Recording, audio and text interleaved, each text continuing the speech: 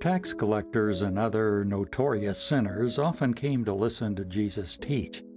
This made the Pharisees and teachers of religious law complain that he was associating with such sinful people, even eating with them.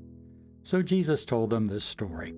If a man has 100 sheep and one of them gets lost, what will he do? Won't he leave the 99 others in the wilderness and go search for the one that is lost until he finds it? And when he has found it, he will joyfully carry it home on his shoulders. When he arrives, he will call together his friends and neighbors, saying, "Rejoice with me, because I have found my lost sheep."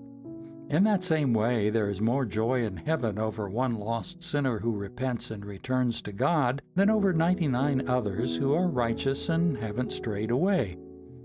Or suppose a woman has 10 silver coins and loses one. Won't she light a lamp and sweep the entire house and search carefully until she finds it? And when she finds it, she will call in her friends and neighbors and say, "Rejoice with me, because I found my lost coin." In the same way, there is joy in the presence of God's angels when even one sinner repents.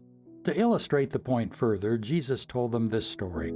A man had 2 sons. The younger son told his father, "I want my share of your estate now before you die." So his father agreed to divide his wealth between his sons. A few days later, this younger son packed all his belongings and moved to a distant land, and there he wasted all his money in wild living. About the time the money ran out, a great famine swept over the land, and he began to starve. He persuaded a local farmer to hire him, and this man sent him into his fields to feed the pigs. The young man became so hungry that even the pods he was feeding the pigs looked good to him, but no one gave him anything. When he finally came to his senses, he said to himself, "At home even the hired servants have food enough to spare, and here I am dying of hunger. I will go home to my father and say, 'Father, I've sinned against both heaven and you, and I'm no longer worthy to be called your son. Please take me on as a hired servant.' So he returned home to his father, and while he was still a long way off, his father saw him coming. Filled with love and compassion, he ran to his son, embraced him, and kissed him. 'Father, I have sinned against both heaven and you, and I am no longer worthy of being called your son.' But his father said to the servants, 'Quick, bring the finest robe in the house and put it on him. Get a ring for his finger and sandals for his feet, and kill the calf we've been fattening. We must celebrate with a feast, for this son of mine was dead and has now returned to life. He was lost, but now he is found.' So the party began. Meanwhile, the older son was in the fields working. When he returned home, he heard music and dancing in the house, and he asked one of the servants what was going on.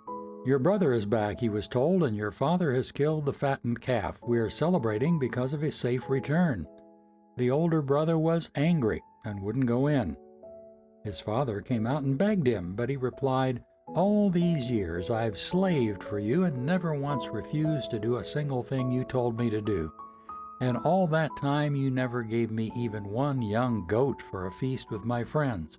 Yet when this son of yours comes back after squandering your money on prostitutes, you celebrate by killing the fattened calf.' His father said to him, 'Look, dear son, you've always stayed by me and everything I have is yours. We had to celebrate this happy day, for your brother was dead and has come back to life. He was lost, and now he is found.'